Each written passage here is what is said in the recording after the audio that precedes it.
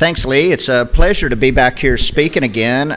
It's a great turnout, and hopefully we'll give you some information that you can take home and use on your own properties. I'm going to speak today a little bit different than I have in the past about some of the environmental effects and things that affect growth rate in thoroughbred horses.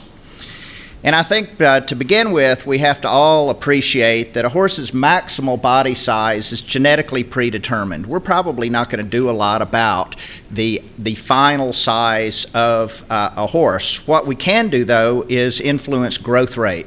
And we can influence that several different ways. The environment influences it, and I'll give you some examples today. Nutrition certainly influences, and how you manage young growing horses is going to be an influence as well. This is a good definition, I think, of optimal growth. It's the rate which results in a desirable body size at a specific age with the least amount of developmental problems. That optimal growth, though, means different things to different people. So, for instance, this is a slide that shows what I'm talking about with optimal growth. We can actually vary the growth rate, and we can do that through a variety of methods that I'll talk about a little bit later.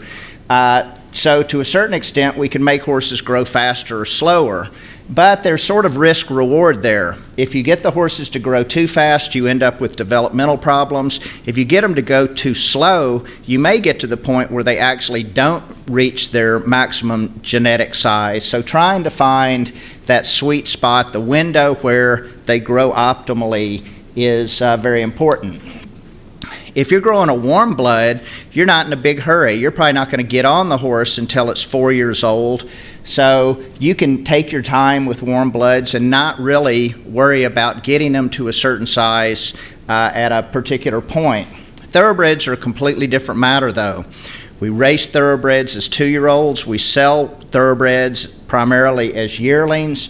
And so we're under some pressure to have a horse that's of a decent size at these points in time.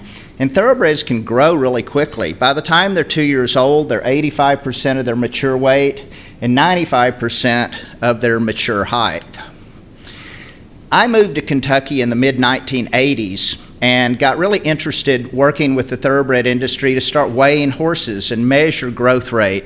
And this isn't a foal, that would be a big foal. This is Seattle Slew. And this is a photo from 1987 and a much skinnier and darker haired me standing right there. We started weighing horses in the mid-1980s on a lot of different farms in central Kentucky and have been doing so regularly ever since. So we've gathered this huge amount of information about how thoroughbred horses grow in Kentucky. And sort of the anchor of this program is a fellow who works for Lee Hall at Hallway Feeds. His name is Steve Cadell. Hallway has a really unique program where they send Steve out to the various farms, breeding farms that they work with on a monthly basis, and Steve weighs the horses, measures their withers height, and condition scores the horses. And the cool thing about this data is that Steve's been doing this since the early 90s. And currently, Steve is weighing about 2,000 foals a month. So we've got a huge database of information about how foals actually grow. And since we've had the same guy doing it for all of this time, it's a really nice data set that we have to use to assess how foals grow. So besides body weight, wither height, Steve conducts condition scoring. And this is using a system from 1 to 9. It was developed at Texas A&M back in the 80s. And it's a system where 1 is really, really skinny and 9 is really, really fat. You never see those extremes in young growing horses or brood mares. You normally see condition scores in the 5, 6, and 7 range. And I'll show you some of those data a little bit later.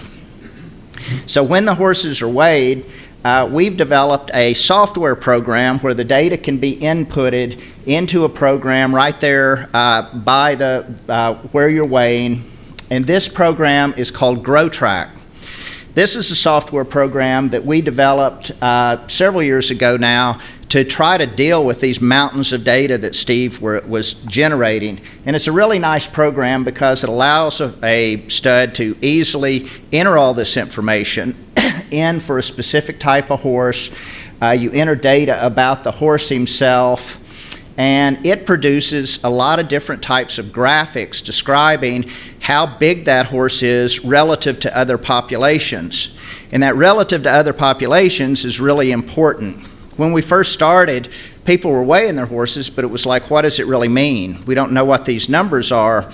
We now have enough data that we can express body weight for these horses as a percentile of a specific population. And basically what a percentile does is it looks at the variability in size, whether it's height or weight, for a specific population at a specific point in time. And it describes an individual animal as a percentage of that population. And the nice thing about that is we can then get rid of age and gender, and we can say a filly that's 6 months old is compared to all other fillies at 6 months old. So we do these percentiles for both body weight and height. And it's good to express this as a percentile because the variability in weight at a specific age is pretty great. And so in this particular example, here is a foal that is 4% heavier than the average for the entire population.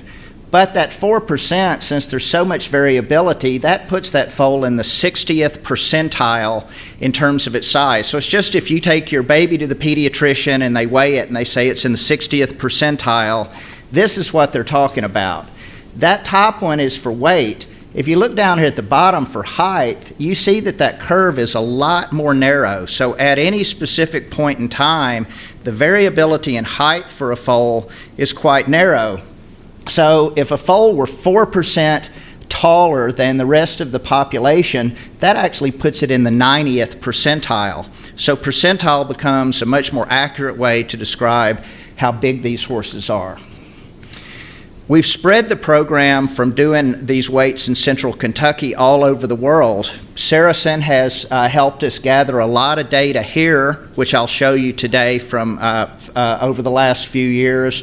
But we've collected large data sets in Australia, in India, in Ireland, all over the place, and have been able to describe the way that thoroughbreds grow in these different areas. And we've developed percentiles so that we can compare a British foal to a British foal, so that you can tell within your own population how big the foal is. So both body weight and withers height. We've taken these data, once that we've gathered them, and looked at it retrospectively. And one of the questions we had is, we know that if we push foals to grow so that they're at a large size when they're yearlings, that there's some risk involved with that. There's some potential risk, developmental disorders that you might be able to have. But what's the reward? Are you going to be rewarded for having a well-grown yearling? So the first place we asked that was at the sale. We followed 1,000 horses that were sold at Keeneland. We weighed and measured the height of those horses right before they went in the sale, and then we saw how much money they brought. And we compared within the session that they were sold to see if within the same book were horses that were bigger, yearlings that were bigger, did they bring more money? And what we found was they did. They did in every session, and they did from very expensive horses down to very cheap horses.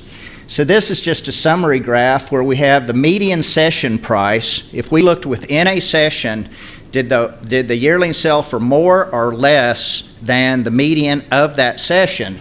The ones that sold above the median price were significantly bigger than the ones that sold below.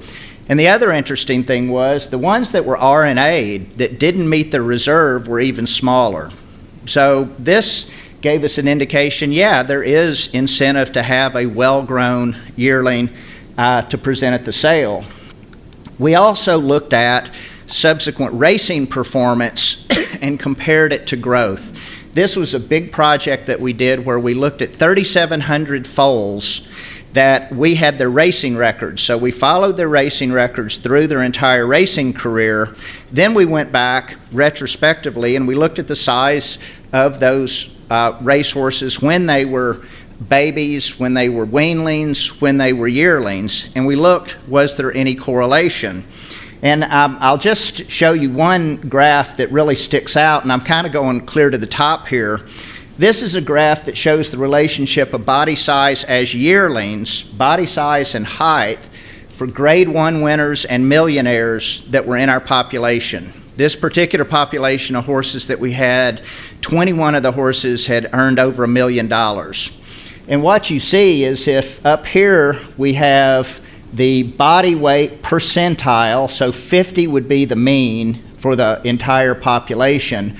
Horses that were grade 1 winners and millionaires were significantly bigger as yearlings, heavier and taller. And the number that really stuck out with me is the 21 millionaires that we had, their average height percentile as a yearling was 78. So these yearlings were taller than 78% of the population. So some more evidence that there's some incentive to have a well-grown yearling. Again, you're not going to fool Mother Nature. You're not going to get them to grow bigger than they're genetically predisposed, but that is important. So how do foals grow?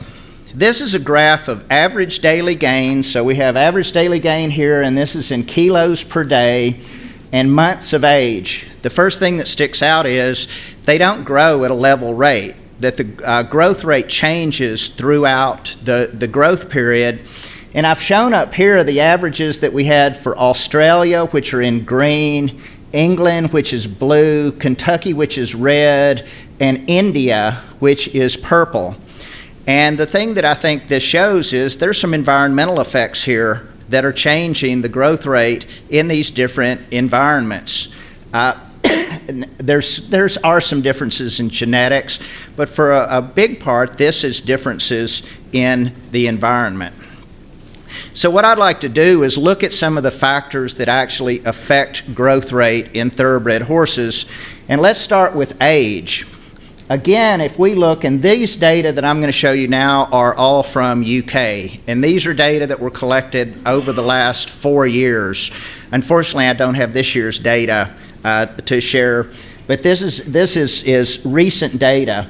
And the first thing that sticks out at you is here's the average daily gain the first month of life, and it drops very linearly and very steeply, but then there's this bump again that occurs during the horse's yearling year. This is body weight here. This is height.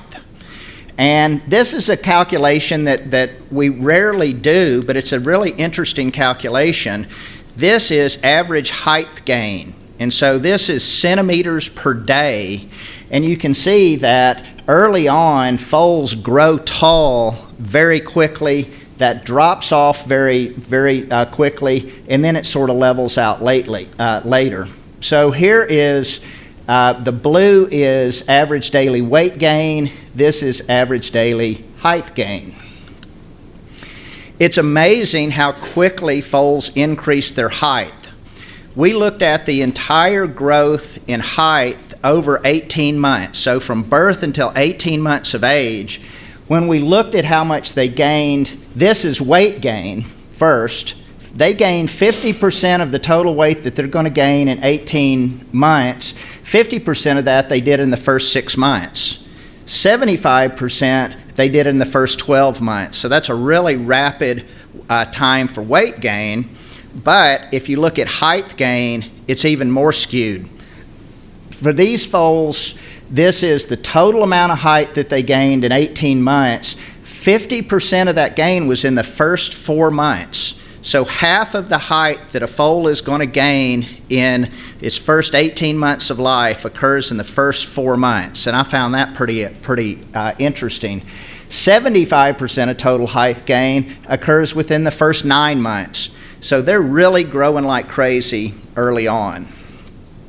If we look at weight gain as a percentage of mature body weight, First, you have to estimate a mature body weight, and for this particular one, I said that a mature thoroughbred was 570 kilos and 16 hands tall. That's going to be what I'm calling a mature thoroughbred. You see that when they're born, they're only about 11% of their mature body weight, but in 18 months, they get to about 80%. If you look at height, they're born at 65% of their total height, their adult height, and they get to 95% of their adult height in 18 months. So there's massive amounts of skeletal growth going on during that early time, linear growth. My talk this afternoon is going to talk specifically about the growing skeleton. So again, we have here body weight and height as a percent of mature size. You get a much bigger gain in terms of body weight, but height you get to a greater, closer to mature size. This is a really interesting calculation here. This is the number of kilos that are gained per centimeter of height gain. So it's how many kilos they put on for each centimeter that they grow. And even though they're gaining a lot of weight when they're quite young, they're growing really tall as well. So they gain when they're young about 5 kilos of body weight per centimeter height gain. And this goes in a line here, then the slope of this line changes, and then finally it flattens out. And really what this shows is this is a period of rapid skeletal gain. You've got a lot of linear growth without a whole lot of weight. This is a period when you get to 8 months and out to where they're past yearlings. This is where there's a lot of muscle deposition that's being put on. And then finally out here you get into sales prepping and you start to add fat. So in terms of the way that tissue is allocated in a young growing horse, it's skeleton first, muscle, then finally fat. Gender has an effect on growth, and it has an effect on body condition score. These are some data that come from Kentucky, where we followed a large group of colts and fillies.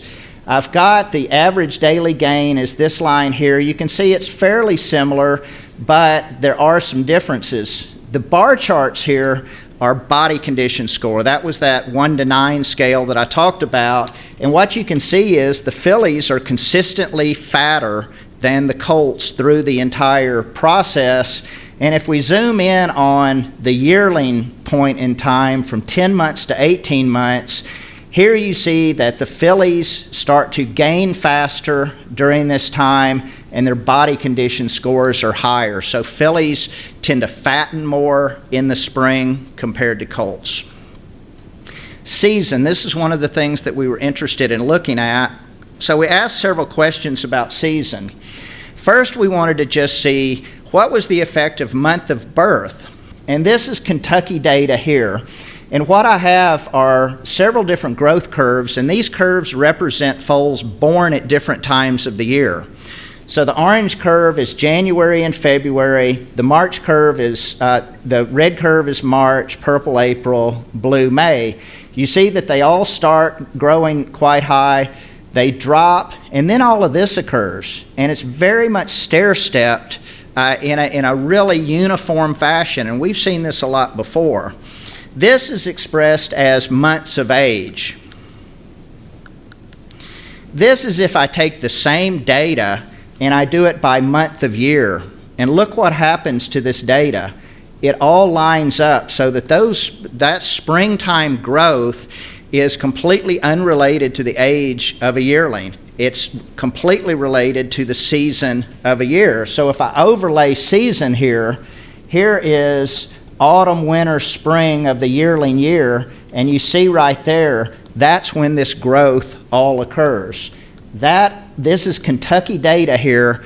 That occurs in April.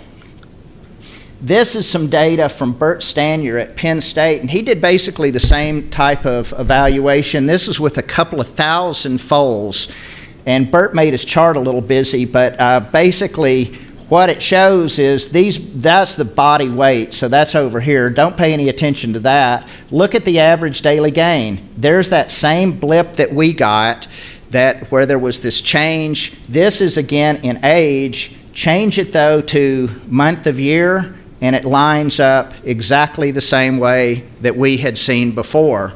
Kind of the neat thing about Bert's data set though is he followed these foals out until October, November, and December, and you can see they start to lose weight. That's after you've sold them and the trainers have them and they're trying to take them and get them into training. They're actually taking weight off to slim them down to make it where they can train. So that is spring growth, that is going into training.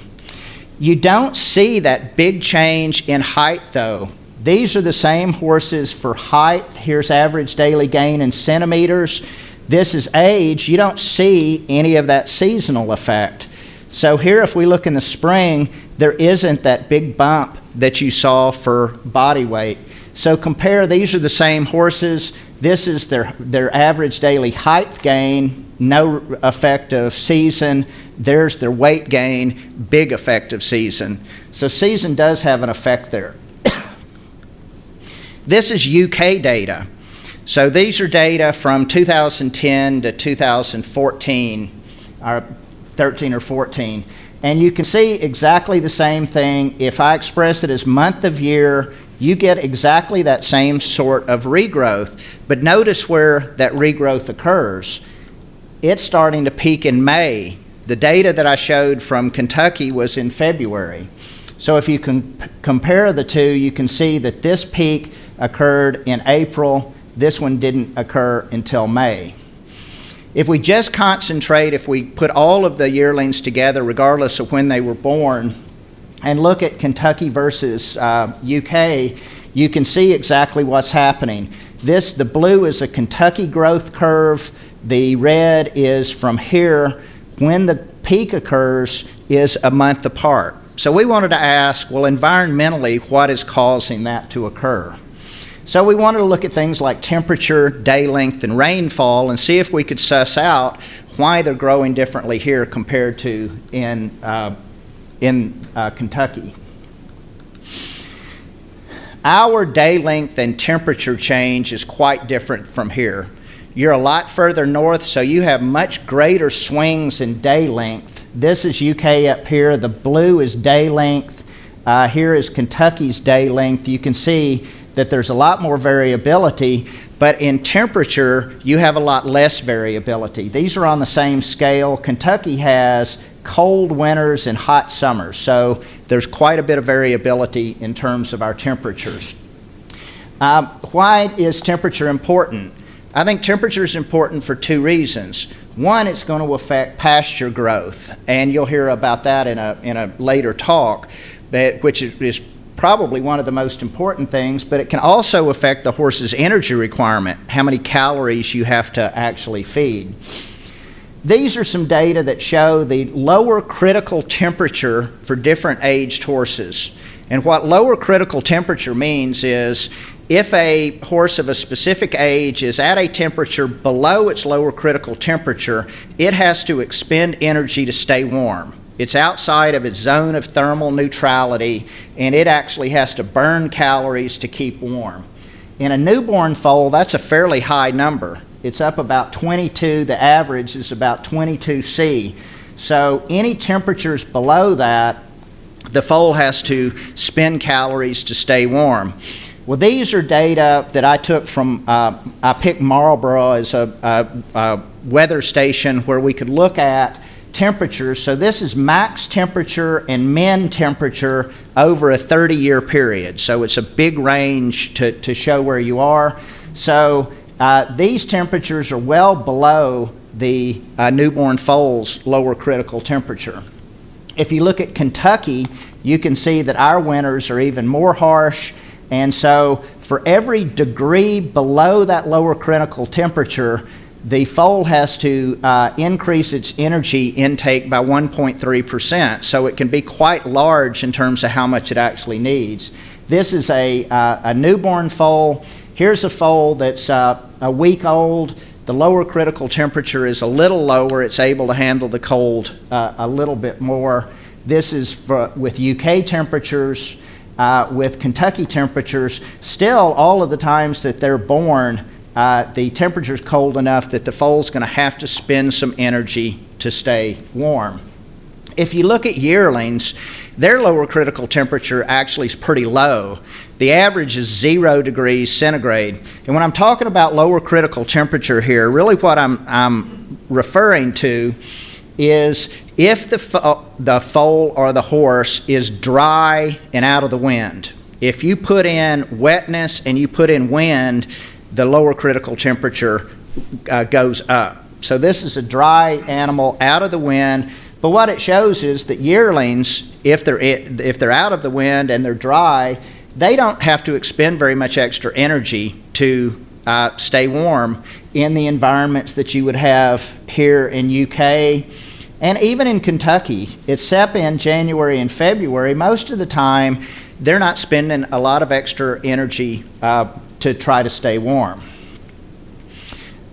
Adults, the lower critical temperature is really low. So if you acclimatize an adult horse, a brood mare, to being outside, they can grow a hair coat, they keep dry, it's minus 15. So they do a very nice job of maintaining their body heat during that time. This is temperature and average daily gain in UK, and I think this starts to give us a better clue of what's dictating when these yearlings have this big growth spurt. If we look here, this is spring, winter, spring, and summer of a foal's yearling year. Here we have the average daily gain. There's that growth spurt that occurs. May and June is when you have the highest regrowth here of yearlings. If you look at the temperatures, the average temperatures during those times, in April it's still 9 degrees. May is 11, June is 14 degrees. Compare that to Kentucky. Here is Kentucky's temperatures at the same time. In April, our average temperature is already 14, and you see that that's when our growth spurt occurs. So I think from this data, basically what it shows is in Kentucky, the ground warms up, the grass starts to grow because we have higher temperatures, and we get the spring effect a month earlier. We looked at day length, and surprisingly in April, the day length's not that different here or in Kentucky. This is the UK day length in April is 13 hours. The day length in Kentucky in April is 12.6. So at that point in time, the day length's essentially the same, but we're having a big growth spurt during that time. And I think it's because of the temperature causing this extra growth. We did an interesting study also looking at the effect of temperature on lactating mares and their foals. And this was a big study. It was 3,900 foal mares and their foals. The way that we do the weighing program in Kentucky is that when Steve weighs a foal, he does it from birth, but if he weighs the foal when the foal is still on the mare, he weighs the mare and condition scores the mare at the same time. So we have weight data and condition score data on both the foal and the lactating mare. We had, there were 3,900 foals in this study, and it was a big study. So even January foals, we had 350, about 1,000 in the February, March, and April. So a pretty robust data set. Remember our day length and temperature in Kentucky. It gets quite cold during the winter. The average temperature is down about 0, and then it warms up very nicely later in the spring. This is the mare's body weight that we recorded, and I've got it related to month of lactation here. You can see that mares that foaled in January and February, they lost weight during the first month of lactation, but then they gained it back so that by the 5th month of lactation, their body weights were not any different than the others. This is their body condition scores. The January and February foal mares also lost body condition during the first, in January and February. And if you look at their daily weight change, you see this is by month. The mares that foaled in January and February lost weight during the first month of lactation. Every other month, they gained weight. And this gaining weight during lactation is a real tribute to how good our grass is in Kentucky, because most lactating animals lose weight during lactation. This, except in the early part of the year, these actually gained weight. Well, I showed you here, this is month of lactation. If I rejig this and show month of year, it tells the story that in February and March, they're losing weight, but when spring pasture came, when that growth came, this is what happened to the lactating mare's body weight. They gained weight very quickly. And so if you put those two graphs together, you can see that this is very much a spring grass phenomena as well. And if you overlay the temperature, you see that during this time, it's still really cold.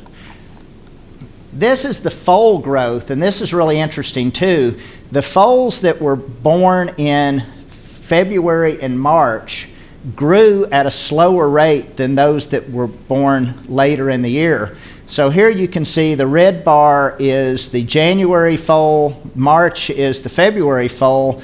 They were significantly slower growing at 30 days and at 7 days than all of the other years.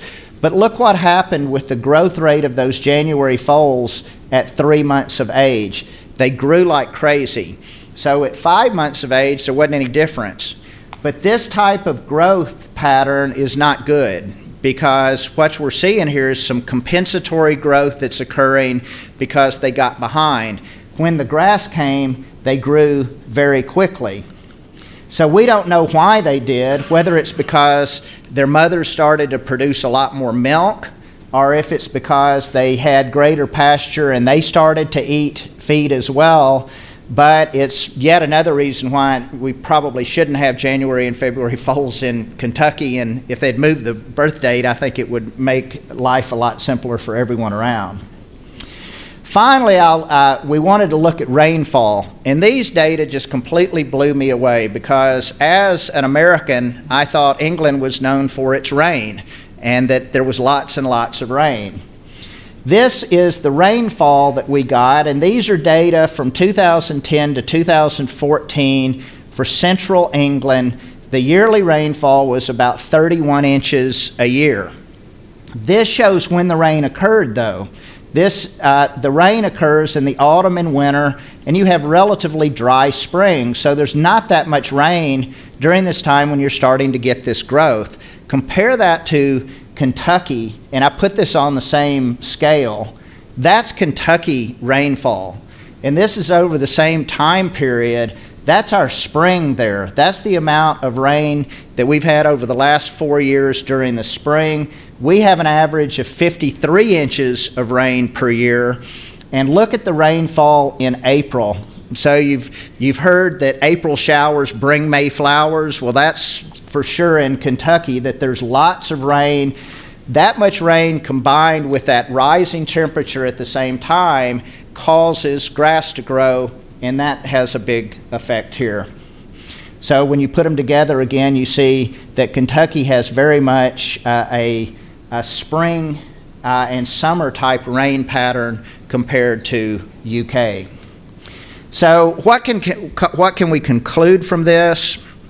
I think certainly age is a big factor. That foals are going to grow very fast early. They're going to grow tall very fast early. And I would encourage any of you that are growing foals, measure their height.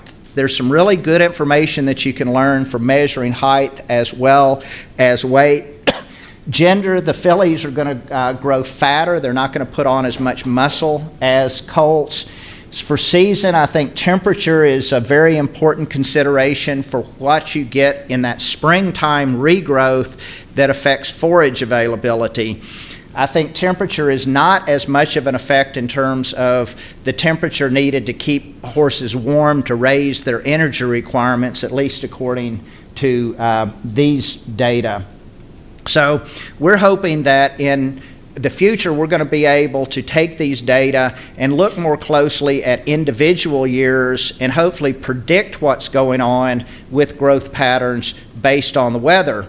The thing I think we're going to find, though, is that all of you are pretty good at assessing this and adjusting your supplemental feed to adjust for changes in some of these environmental effects. So I would predict we're not going to see as great a range from year to year as you might expect from the changes in environment. So I'll stop at that point and be happy to answer a question or two. Thanks.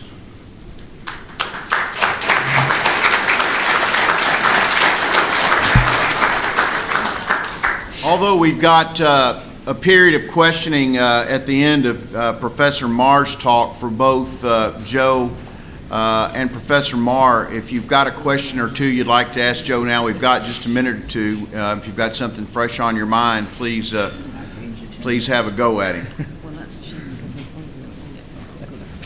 Yes, sir. Is there any studies done on the environmental impact on mares and foal, on epigenetics on the foal in utero? Now, the question, a good question is, have there been any studies on the effect of environment about epigenetics changing the genetic expression of foals in utero? No, I'm not familiar with any studies, but it's very likely that some of those effects do occur in utero, and that could have a knock-on effect to growth rate, but I'm not aware of any specific studies for that. Yes, ma'am. You talked about UK breeders adjusting supplementary feed in regard to weight changes to try and compensate for that. Any of the data that you presented there, was there any changes for in feed to compensate for that data, or was it specific, the feed was the same, that was a baseline variable? Did that change at all? We did not study specific changes in feed. I think in general the practice, certainly in Kentucky and I would assume here, is that the level of concentrate fed to both yearlings when that spring grass comes and lactating mares is reduced proportionally, but it doesn't obliterate that growth curve, that growth spurt that we see. So I would predict that if there weren't adjustments having been made there, that would have been even more pronounced. So I think that managers are buffering that curve, but they're not completely eliminating it, nor do they necessarily need to completely eliminate it. Is there a difference in average birth weight between Kentucky and the UK based on temperature? Unfortunately, we don't have great data on birth weight, and I think it's a very useful number. It may be one of the most useful numbers. The reason we don't have good birth weights is with this weighing service, he goes to a stud every 28 days. And so in that month, foals were born every day of the 28 days. So we don't necessarily have day one. We may have day two. We may have day 26. So we don't have good enough data where birth weights are taken and have enough numbers to answer that. It would be a good practice if the farms were able to take accurate birth weights, though. I think it would be useful information. And I would say, when we're talking about weights here, we're talking about weighing foals. We run into situations where a farm will say, oh, well, yeah, we weighed them at birth. Well, how'd you weigh them? Well, with a weigh tape. Well, no, you measured their heart girth at birth. You didn't weigh them. And those heart girths are extremely inaccurate for estimating birth weight. So if you're going to get a birth weight, you need to get a scale to put the foal on. I might just say anecdotally, the last 2 years when it's been milder, our own clients have definitely noticed higher birth weights. It's been very interesting to see that the last 2 years when it's been milder. Yes, sir. Yeah, I was going to ask, the horses in Australia and America, was there any evidence of drugs being used, or was it tested to see if it was used? Because they seem to have a higher growth rate at the end of the 18 months. In Australia, if you've ever been to the Australian yearling sales, they like to present their yearlings at a significantly more condition than anywhere else. And so a lot of those changes in the Australian yearlings were because they were feeding them for the commercial market, which in some instances the condition score can be a full 1 condition score higher than we would present yearlings. So I think a lot of that is them purposely trying to achieve a body condition, not necessarily something environmental that's causing that. Were they tested for drugs? I have no idea. I mean, these are thousands of foals, so I would assume that they weren't using drugs. All right, I want to call an end to the questions for the time being.